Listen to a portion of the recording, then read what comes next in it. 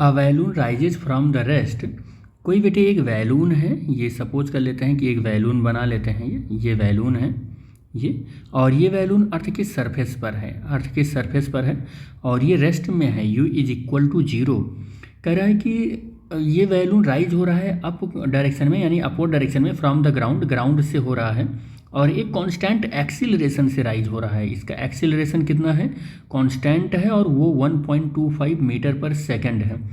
ये वैलून कुछ टाइम के बाद क्या हो रहा है, का स्टोन इज ड्रॉप व्हेन, ये वैलून कुछ टाइम के बाद यहाँ कहीं पर आ जाता है, ये वैलून यहाँ कहीं पर आ जाता है और जब यहाँ कहीं पर आ जाता है तो क्या हो रहा है कि a stone is dropped when the balloon has risen to a height 40 metre. जब ये वैलून अर्थ की सरफेस से 40 मीटर की हाइट पर है तो यहाँ से एक स्टोन को क्या कर दिया गया, ड्रॉप कर दिया गया। अब अगर यहाँ से किसी स्टोन को ड्रॉप किया जाएगा तो उसकी स्पीड भी पता होनी चाहिए कि इस टाइम पर, मतलब कि मान लो टी टाइम लगा तो टी टाइम के बाद इस वैलून की क्या स्पीड रही होगी, और जो वैलून की स्पीड रही होगी वही इस ड्रॉप हुए स्टोन की भी स्पीड रहेगी, क्योंकि स्टोन इसी वैलून के अंदर ही था। तो जो अल्टीमेटली स्पीड वैलून का है वही हमारे स्टोन का भी रहने वाला है। तो वैलून से अगर यहाँ से ड्रॉप किया गया है तो हम पहला तो यही हमारा काम है कि पहले स्पीड कैलकुलेट कर लें हम और टाइम कैलकुलेट कर लें। फिर जो कह रहा है क्वेश्चन में वो देखते हैं क्या है कि फाइंड द टाइम। अच्छा, टाइम ही कैलकुलेट करना है तो find the time taken by the stone to reach the ground, ground पहुँचने में कितना टाइम लगेगा। तो अपने को u मालूम है और यहाँ पर v पता ही चल जाएगा, h हमको मालूम ही है, एक्सेलरेशन भी मालूम है। तो एक इक्वेशन होता है जिसको हम थर्ड इक्वेशन ऑफ मोशन कहते हैं और ये इक्वेशन कुछ इस तरीके से होता है। ये इक्वेशन हम इम्प्लीमेंट करेंगे इस गिवन कंडीशन के अंदर। तो v square equal to u की वैल्यू 0 है प्लस 2, एक्सेलरेशन 1.25 है, 1.25 ये एक्सेलरेशन है अपवर्ड डायरेक्शन में, और s मतलब कि h जो कि वैल्यू 40 मीटर है। तो v इज इक्वल टू ये कितना हो जाएगा, तो यहाँ से मल्टीप्लाई करेंगे तो ये 100 आ जाएगा और रूट से बाहर निकलेगा तो 10 मीटर पर सेकंड आ जाएगा। तो यहाँ पर जब वैल्यून u इक्वल टू 0 से चला है और 1.25 मीटर पर सेकंड के स्क्वायर के एक्सेलरेशन से, तो यहाँ पर जो इसकी स्पीड है वो स्पीड है 10 मीटर पर सेकंड। वैलून की स्पीड जो है जब इसमें से स्टोन ड्रॉप किया जाएगा तो उसकी भी स्पीड ठीक यही रहेगी। तो अब हम क्या कर लेते हैं कि हमको जो पता करना है टी की जो वैल्यू मालूम करनी है वो टी हम मालूम कर लेते हैं।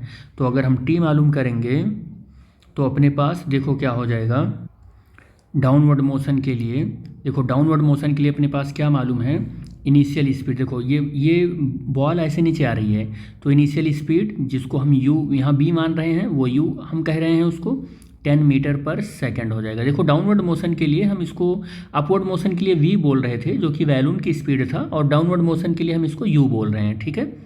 और एक्सेलरेशन कितना हो जाएगा, -9.8 मीटर पर सेकंड स्क्वायर, या आप इसको 10 मीटर पर सेकंड स्क्वायर भी ले सकते हो। और यहाँ पर जो हाइट है h की वैल्यू -40 मीटर ले रहे हैं और फिर एक्सेलरेशन मिल ही गया, हमको टाइम भी मिल गया, टाइम ही तो कैलकुलेट करना है। तो h is equal to u t plus half AT square होता है। h की वैल्यू -40 रखो आप, u की वैल्यू आपके पास 10 है और t रखो और प्लस 1/2, g की वैल्यू -9.8 या आप 10 ही रख लें, 10 रख ले रहा हूँ मैं और माइनस यहाँ लगा ले रहा हूँ, ठीक है, और टी स्क्वायर हो जाएगा। अब इसको आप सही रखो करोगे तो ये कितना हो जाएगा, 5t square -10t -40 is equal to 0।